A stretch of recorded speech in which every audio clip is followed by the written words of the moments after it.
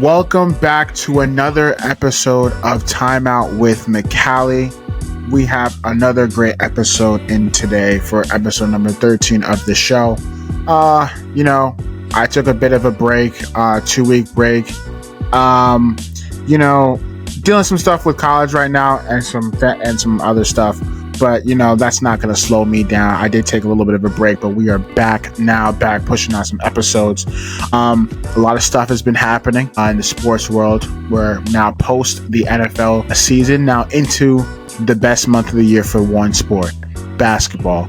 March is here. March Madness is here. March Madness is around the corner. We're in the prime of the NBA season. But in this episode, we're discussing LeBron James's comments on the negativity of being the face of the NBA and why, in my opinion, I think Michael Jordan's impact on how the league is viewed today. And how are the Lakers doing with Luka Dončić? How has life been with Luka today? And him on being on the new team of the Los Angeles Lakers. We plus talk about the Warriors. They look dangerous. They do look dangerous.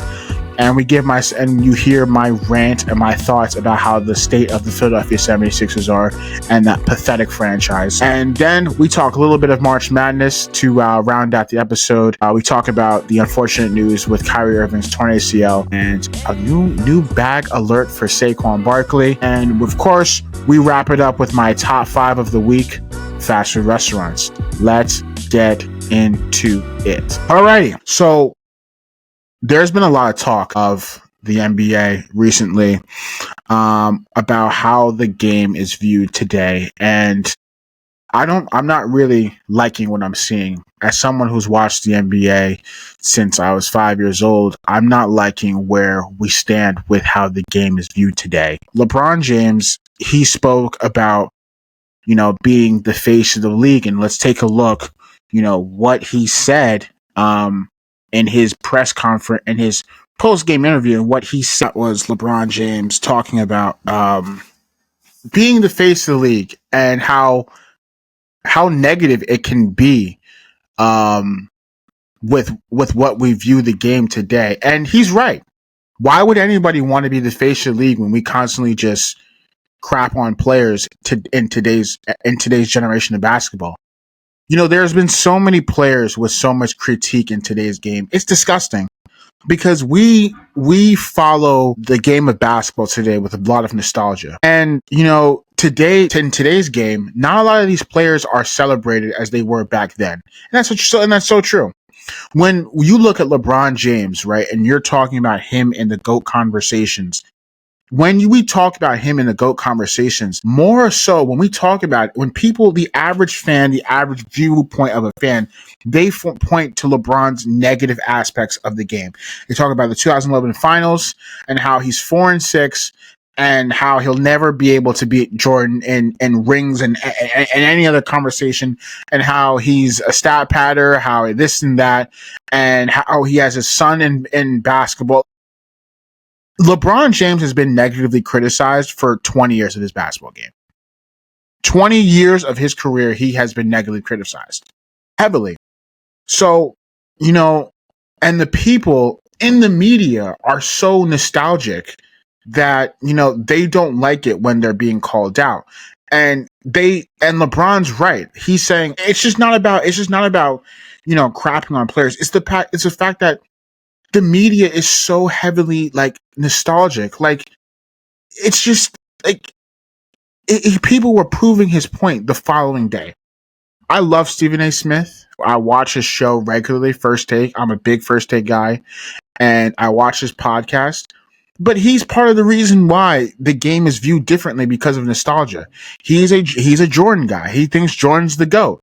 He thinks there's nothing LeBron James can do that can ever make him the greatest player of all time. And recently, he's been one of those guys in the media that has criticized LeBron so much, like blaming him for the slam dunk contest and why it's so bad, criticizing him for having his son in the NBA, criticizing him for not playing in the NBA All-Star game at the age of 40, and even still proving his point when he's saying constantly all what you do is just they crap on players. You in this clip I'm about to show, he crapped on LeBron James. Let's take a look at what he said, what Stephen A. Smith said. Stephen A. said this. So once again, that was Stephen A. Smith talking about LeBron James, and he said basically what I told you guys about what he said before I even showed you what he said. He did it again. He criticized him for the dunk contest, criticized him for not playing in the All-Star game. LeBron was proving his point. Not LeBron. Stephen A. was proving LeBron's point. All you do is just crap on people, on me and people. You crap on the face of the league. So why would I want to be the face of the league? Why would I want to have that title when all the people in today's game who view and analyze today's game, all they just do is just crap on people? All they just have a negative aspect, negative views. Because in their minds, this era of basketball is not the golden era and not the best era of basketball. And that's a fact. They are subjectively view this game of basketball like it's terrible. The product is terrible because guys don't put a lot of effort in the All-Star game, right? Because back then in the 90s or in the 90s and 2000 All-Star games, they put in effort. They don't like how they shoot so many threes. They don't how guys low. It just but people don't realize that today's game of basketball is the most skilled era the game has ever seen. We are right now in the most skilled era the NBA has ever seen. We can have a guy off the bench or a starter drop 50 points. Jamal Murray, who has never been an all-star before in his NBA, in his career, has never been an all-star, and he's had 50-point games. Aaron Holiday has had games over 40 points. Luka Dončić last season had 73 points. Joel, 2 points. Donovan Mitchell 2 seasons ago, 71 points. Anybody on any given night can drop 50. Any moment they can drop 50. And these people in their minds, they view that their era of basketball, because it's past my time. Look, I never watched Michael Jordan play basketball. Never got to see him play basketball live. Never got to see Scottie Pippen play live. I never got to see Magic Johnson play live. I never got to see Larry Bird play live. I never got to see Reggie Miller play live. I never got to see Hakeem Olajuwon play live. So, I get that. That was their era of basketball, and the competition was great. Was it great? Maybe, maybe not. I don't think it was all that I don't think it was all that great comp. But if you just look at the difference, like you will have like somebody in that era, or considered now the old heads, they will tell you, oh my gosh, LeBron, Steph Curry, KD, Jokic, they could never play in the 90s. They could never do this. They could never play with that level of physicality. And even some of the old heads, the NBA players back then, like I had to hear Rasheed Wallace tell the people in front of cameras that he said that the 2004 Pistons, who beat the Lakers, that Kobe and Shaq Lakers team before they fell apart, he said that team, the 2004 Pistons, would beat the 2017 Warriors in a playoff series. The 2017 Warriors team is the best team ever assembled. Ever. They would get swept confidently. They would get swept confidently. And so, like, they tell us that these players now can't play in the era back then because of the physicality and the bad boys Pistons and this and the other. And I'm just telling you, that's a straight lie. I think some of the players back then would struggle and couldn't play in today's era. Because today's era, there's so much spacing and so much flow of continuity and so much more better shooters, better ball handlers, better defenders. The game is spaced more. There's more creativity in the offense. I have literally YouTube clips for this episode for this specific reason. I will show you the golden era of hoops of these people's minds. The 1991 finals, game 1, where the Bulls played the Lakers. The Bulls lost. Where this video, we can compare how it looked with their minds, the greatest player of all time, and I will take last year's finals, 2024 NBA Finals, Game 1 of the Mavericks versus Celtics. So let me just show you. Let me just show you what it looked like. Right? Here it is. So I'll show you This is the Bulls against the Lakers, game 1 of the NBA Finals, right? There's Michael Jordan right there on the right here, on the left, right here, right? He's inside the paint, a shooting guard. In today's game is not playing inside the arc, right? So here's the play. So over here you have John Paxson. He's taking the point. He finds Jordan inside the paint. Look how many people are in the paint. Look how many people are playing Scottie Pippen cuts. Look, there's no much spacing. There's not that much spacing. Jordan misses the layup, right? And he takes it back. No one's defending him, shoots the shot, right? So there's not much skill there. Like, if you even look at this possession right here, they're playing a lot of back to the basket. See, guys just standing inside the arc. Look how far Michael Jordan is playing off Magic Johnson. This in today's game, that's a 3. Look how far, like, there's no like level of creativity. But if I show you game 1 of the NBA Finals, this is last year. Look at the difference. Look at the difference. Shooters right there. Derek White takes a shot. Money. Look how much spacing there is. Look at the difference. Pick and roll. They didn't use pick and roll back then. Money again. So you're telling me, right? Even here, this is what you call, this is a 7-foot center shooting mid-range shots. So if you're trying to tell me, right, that in back then's era was the best era, and we compared both of those eras, you tell me which basketball is better. I just gave you clips and evidence. You tell me which basketball looks better to you.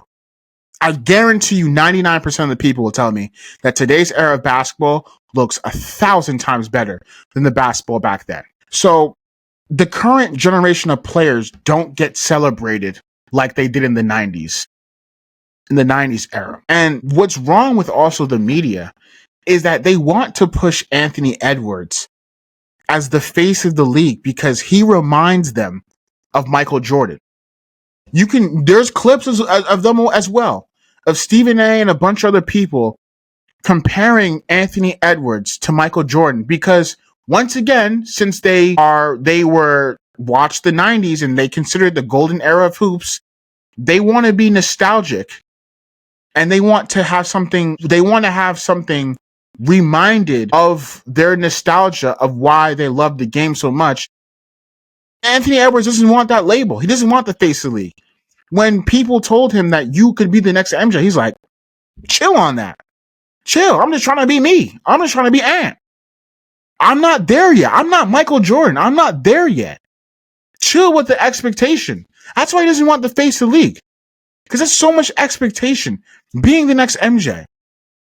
The closest thing we ever got to Michael Jordan was maybe Kobe Bryant. And people who have that expectation, Gilbert Arenas said it perfect on First Take. If you compare someone to Michael Jordan, it's a career killer.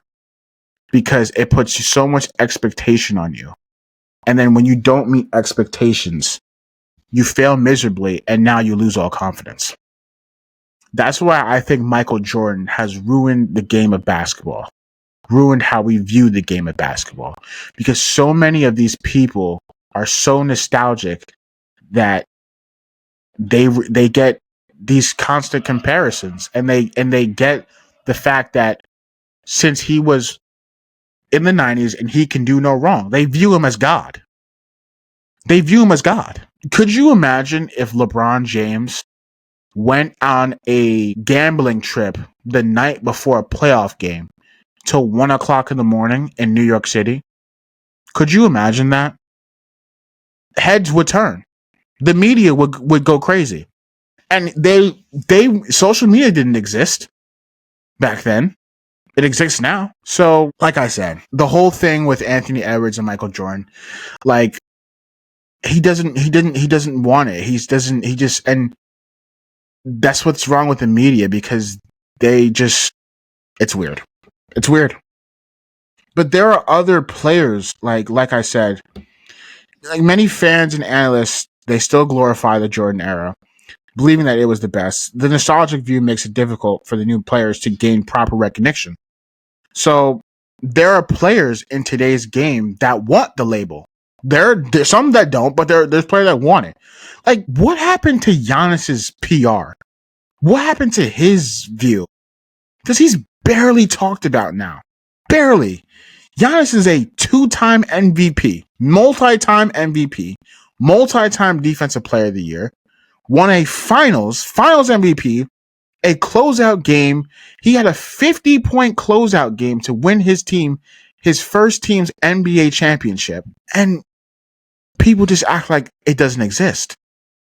People just forgot about it. And not only that, Giannis made one of the greatest defensive plays we have ever seen in an NBA Finals game when he had that block on DeAndre Ayton. And people just forgot to exist. People, like, I haven't heard about that finals in years. It never happened. It's crazy. It's crazy. Even Jason Tatum, he wants the face of the league. He says, put it on me. I want to be the face of the league. I want to be the guy who gets to all the national TV games. I want to be the guy who's in the commercials and all this. Because also he plays on a historic franchise. He's the franchise player of a franchise that is historic, one of the greatest basketball franchises ever. He is a 3-time All-NBA first-team player, 6-time All-Star player, NBA champion, 2-time Olympic gold medalist, accomplished a lot at the age of 26 years old, and people don't like his game because it's boring to them. And he's not, like, flashy. Compared to Michael Jordan. He's not flashy enough for you. But Giannis is not. I guess the face of the league has to be American because Giannis can be the face of the league, but he's not American. He's Greek. So I guess Jason Tatum's game to them is not flashy enough for him to be the face of the league, even though he's accomplished so much in the game of basketball. And he just turned 27. It's rough. I'm a big NBA fan. I love the NBA. I love our league, but I love the game, but I just feel like we're not appreciating it a lot more than it needs to be. And we're not watching it like how we're supposed to be watching it. So I think that's what the problem with our league is today. Moving on to the next segment, life with Luka and the Lakers. How has it been? For sure, Luka's transition with the Lakers at first was very slow. He honestly was playing some of the worst basketball of his career, but there's a lot of factors into it. He's coming to a new team after playing with one for the past 6-7 years. He's learning a new system, learning a new offense, learning a new coach, learning new teammates, still recovering from the shocking trade that he just went through that he didn't even want. But every game he's improving. It feels like every game he's gotten better. He's getting to look like his old self. I thought the Nuggets game, that was probably his best game. I thought the Clippers game was probably his best game. You know, he hasn't been shooting very well. I would say the Hornets game, he shot terrible. The Mavs game, he shot terrible. But I would say the Clippers game and the Nuggets game were like, oh boy, look out, because this team is dangerous. And they're playing without a big. Imagine if they had a big. Imagine if they got Mark Williams. Because I think that their team is coached very, very well. JJ Redick is coaching his ass off. For a guy who has never coached any level of basketball, and him turning this team to 30-21, being the second seed in the West right now, is truly impressive. And I think right now he would be outside of Kenny Atkinson, I would probably have JJ Redick. Because clearly, like, it's been a coaching issue the past 2 years. Darvin Ham was an idiot. He could not coach this team. And with JJ Redick, he's playing with severely less talent. I guess Luka and LeBron, but severely less talent compared to what Ham had in his role players, and they're playing a lot better. Jackson Hayes is looking phenomenal. Austin Reeves has looked phenomenal. Rui Hachimura he's been on and off. Dorian Finney-Smith has looked amazing. They have a bench guy. I think his name is Hamilton. I forget his name. I forget his first name, but I see his face. He's played very well. So they've untapped potential with these guys, and they just look very they coached very well. And JJ Redick has these boys rolling. He has the Lakers in prime position.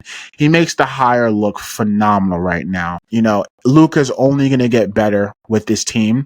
He's only going to get better as time goes on. And look out, because LeBron and Luka in the playoffs, those are two playoff risers, not two playoff crumble. They have two playoff risers because Luka and LeBron play significantly better when it comes time to the playoffs. So I would definitely, shoe in the Lakers in contention. I wouldn't be surprised if they knock out any of the teams that they play. All right, so moving on to an unfortunate subject.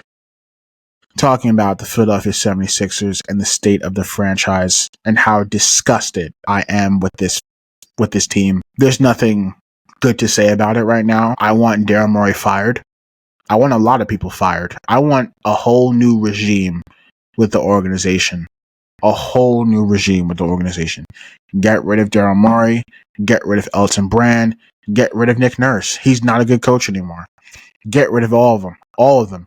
Get a whole new organization system in there that puts the franchise in the best success and to succeed it. Because the only thing that Daryl Morey has done is hurt this team. What has he done in the moves that he's done with his tenure with the Sixers? Okay, drafting Tyrese Maxey, trading for James Harden, and then lying about giving him his contract extension that he wanted, paying Paul George for a max contract, who's an aging player and he's looked terrible, giving a contract extension to Joel Embiid, knowing that his knee was cooked, like getting rid of Isaiah Joe, just a whole bunch of things. But Joel, he's out for this season once again. Man, his career, it's so sad because when he's healthy and when he's right, he's a Hall of Fame talent. He's the best center that I've ever seen play basketball, in my opinion, when I watch him play. His ability to score at a high efficient rate is crazy. His ability to get to the free throw line, get to the rim. It's just so unfortunate that injuries have derailed his career. And it just sucks because I love Joel. I love him to death. But at some point, it's like, man, when is it time to cut the rope? Because you're getting older and Tyrese is young and it's time to turn him to give him the keys. Joel, you've had the keys for a long time, bro. And with the keys, you haven't really done anything. Time to give the keys to somebody else. It's time to give the keys to somebody else. And Paul George, dude, you're a clown. You're a clown.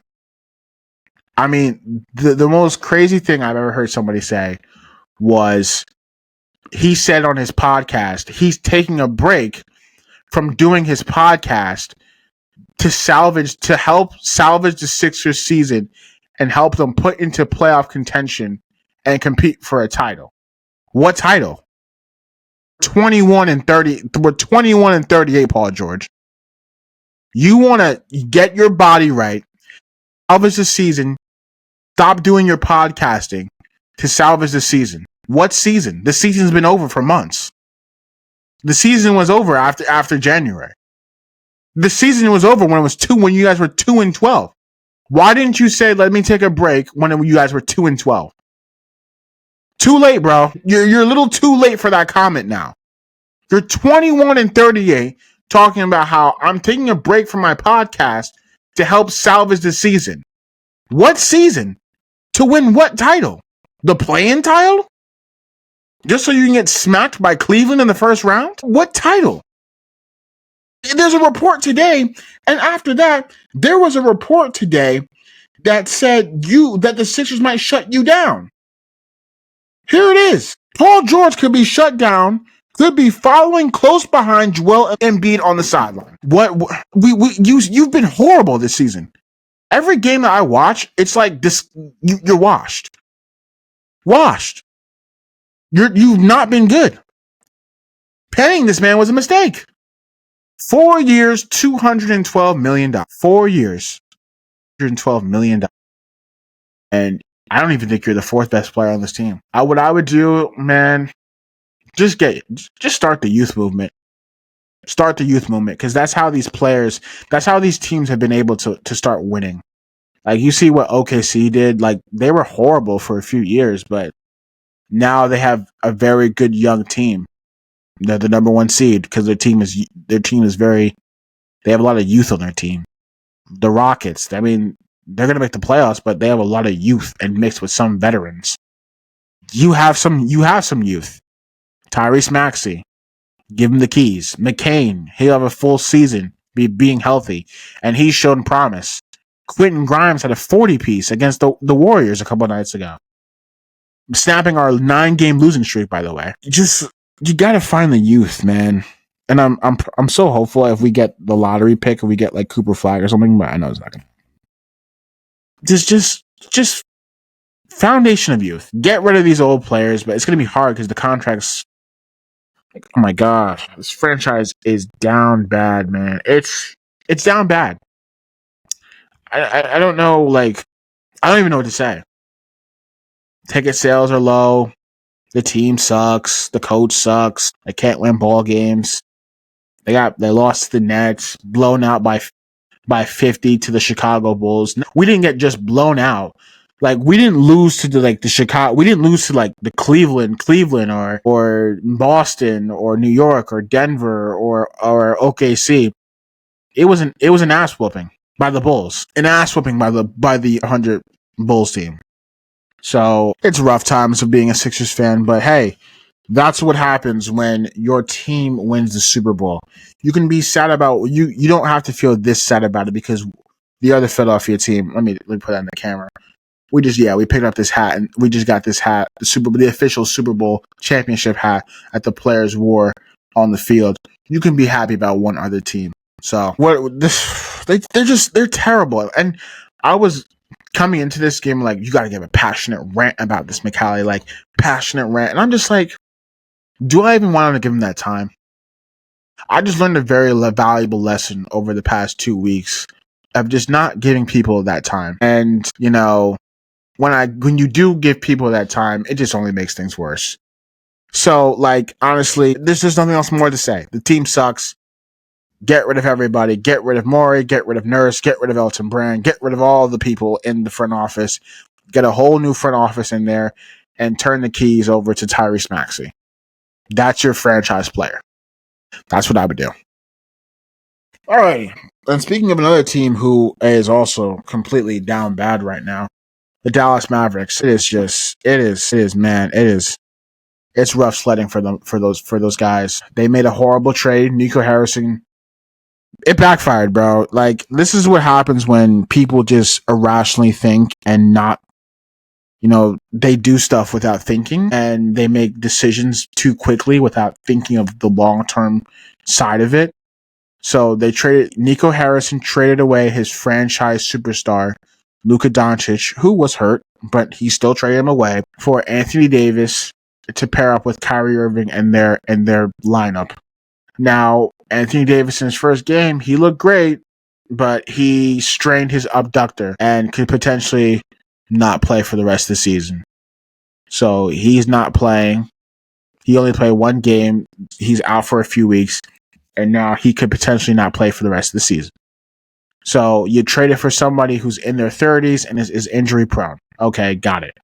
So now who do you have left? Okay, we have so Daniel Gafford, he sprained his MCL. Lively broke his foot. Okay, so we have Kyrie now, Gafford, Klay Thompson, a bunch of role players. All right, we can tread water until AD comes back. Oh, in front of Maxi Kleber. Okay, last night Kyrie tore his ACL. And then Kyrie tore his ACL. So who do you have now?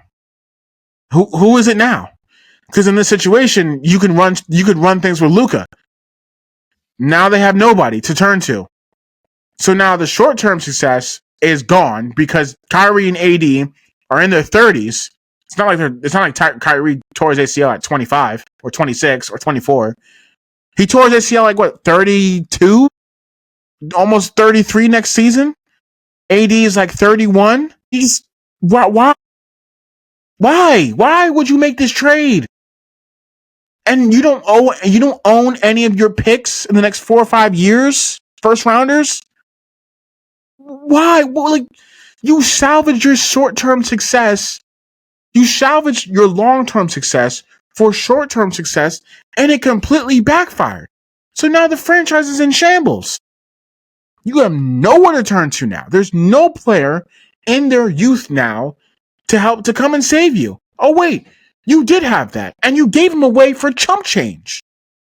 And now he's with that other team, and that other team is the second team in the West, in contention to potentially go to the finals.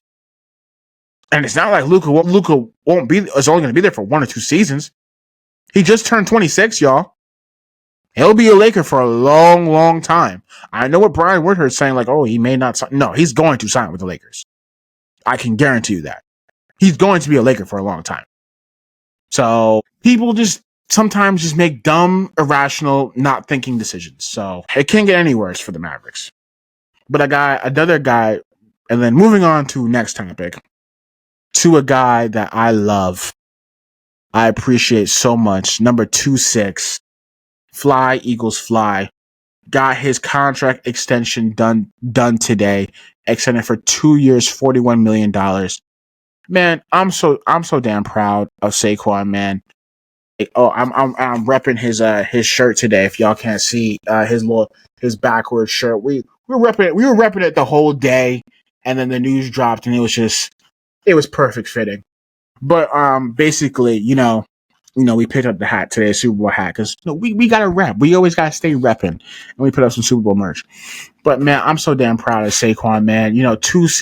2 years ago, he went with some turmoil and the disrespect from the Giants, only giving him a 1-year, $10 million contract. And there was a whole bunch of contract dispute and everything, and he wanted to get paid, and the Giants didn't want to pay him because the running backs are now not valued as what they are because they get older and they get washed and they can't play in their fees and this, that, and the other. And the Giants disrespected him. They disrespected him. They didn't treat him right. They didn't give him what he deserved and earned, because he laid his body on the line for that franchise, and the franchise didn't take care of him. So you know what Saquon did? He said, you know what? I'm going to go to a team that gives me the best chance of winning and my career and legacy. And I'm going to bet on myself, even though I'm going to get paid. And that's what he did. Went to Philly. What did he do? 2,500 rushing yards. Broke the record. And it's made highlight play after highlight play. 60-yard touchdown after 60-yard touchdown. Made the play of the year, jumping over somebody backwards. That snow touchdown where I was blacking out, running around in my house. And he won a Super Bowl. Man, that boy is on the highs of his highs right now. There's no other person that I would want to be right now than Saquon Barkley. Beautiful, beautiful fiance, beautiful, adorable kids, new contract extension, winning a Super Bowl, going on Jimmy, he just everything. And then now he's the highest paid running back in NFL history, $20 million. The first running back in NFL history to get $20 million a season. He deserves it, man. He earned it. And then that's what the Eagles do best. Howie Roseman takes care of it. He shows the people and his players that I care about you. Just because you are employed by us, just because we pay you, I care about you. Takes care of his players. You have never seen the Eagles ever. Howie Roseman has never been in a situation where there's been a contract dispute ever with a player. Every time that a player has to get extended, he does it early. He doesn't wait. And what he does best is he resets the market. So he's done it a bunch of times. Landon Dickerson, he reset the guard market. He just reset the running back market. So now, I'm sure that these other running backs, and it's so great when also forgetting Saquon and the whole 2 years ago, how the running backs they felt disrespected with where the running back market was and whatnot. And now Saquon reset the market. I'm so damn proud of that brother, man. But, he reset the running back market. He reset the quarterback market, reset the guard market. That's what Howie Roseman does, man. And then now these players that they have to one up those contracts, and it makes Howie look so much better. He's always 3 steps ahead. Chess, not checkers, man. I love my GM. I love Howie Roseman. Love him, love him, love him, love him. So, yes. And moving on to the next segment, especially towards you guys, is March. Gonna have next episode. Hopefully for next episode, we will get my two friends on from here, from the college I go to. Potentially, maybe Matt again if he's not busy, and then potentially my friend Brett. We're going to be talking about March Madness with Goldman, Matthew Goldman again. It's right around the corner. We're in the month of March. Conference tournament play is, I believe, not this weekend, but the next following week throughout the week, and that weekend, and then March Madness bracket time. You guys will see my bracket, and then obviously I'm also a big MLB guy as well. Love the Major League Baseball League. Love watching baseball. We'll be talking about the whole baseball season on next episode with Brett, my friend Brett. And I can't wait to see what's in store. There's a lot of good teams this year. The NL West is going to be really competitive. The NL East is going to be really competitive. The AL Central is going to be really competitive. A lot of I think even the AL East, maybe with two of the teams, the Yankees and the Red Sox, I think they'll be really competitive. So there's going to be a lot of competitive division this year. So yeah, and we'll see who wants to take down the Dodgers. And yes, now this is the end of the episode. We'll be talking about my top 5 of the week. This is my favorite segment of every show. This is the non-sports related segment. We're talking about fast food restaurants here. Now, I'm also a young kid who, sometimes I enjoy eating fast food, sometimes. Not every day. But on, when it's a Friday night or a Saturday night, with your friends, fast food just sometimes is the way to go. If it's 11:30 or 12 o'clock at night. Number 5, I have Shake Shack. Now, Shake Shack is way better than Five Guys and In-N-Out. Shake Shack is very consistent. I think their burgers there are great. I think the fries there are great. I think the Shake Shack sauce is phenomenal. So I go Shake Shack 5, but I don't really eat Shake Shack a lot. But if I had to say the best burger fast food joint, I would definitely say Shake Shack, so they're number 5. Number 4, I go with Wendy's. I get the chicken sandwich, the Asiago chicken ranch every time. It's also with bacon, I believe. But bacon, Asiago ranch, I think that's what I get, the chicken sandwich. I've been getting it for years, man. Wendy's is always top tier, I think, in my opinion. Love their lemonade drinks. Love the chicken sandwich. So I get that and the lemonade every time with fries. Boom. I think Wendy's is number 4. Number 3, this is where the top 3 where it gets really, this is like probably the 3 places that I really go to. Chick-fil-A is number 3. You can't go wrong with Chick-fil-A. I think their food is so consistent. The nuggets, the tenders, the chicken sandwich. I get the chicken sandwich with ranch. I don't get the spicy chicken sandwich, and you don't put anything on it, not the deluxe. Just put a little ranch on there with a lemonade and some fries with Chick-fil-A sauce every time. But Chick-fil-A has a variety of good foods, man. So I go Chick-fil-A number 3. Number 2, I would go with Chipotle. Chipotle just hits every time. I don't think I've ever had, a time where Chipotle didn't hit. Like, it wasn't slapping. So sometimes I feel a burrito. It's maybe a burrito day, or sometimes I go with a bowl day. More or less, it's more burritos, but sometimes I like to do the bowls as well. And then the chips and guac. Sometimes, though, the chips I would say are hit or miss. Sometimes the chips are either too salty or they're not. There's no salt on them, but the perfect mix of salt on the chips with the guac. But yeah. And then number 1, you can't go wrong with it. McDonald's. I just think McDonald's on like a late night is like the perfect fast food. I get the quarter pounder with fries, 6-piece, and a drink every time.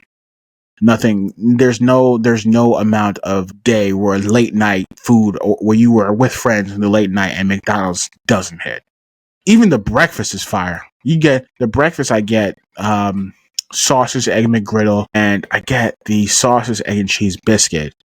The McGriddle and the biscuit with OJ. Whew, man, fire. So that is going to do it for episode 13 of Timeout with Makali. Please do not forget to subscribe, leave a comment, leave a review, follow me on obviously our YouTube channel, Timeout with Makali, Apple Podcasts. Please don't also forget to follow on TikTok as well, Instagram, and on Twitter. Will be all linked in the description. I'll catch you guys in the next episode. Peace.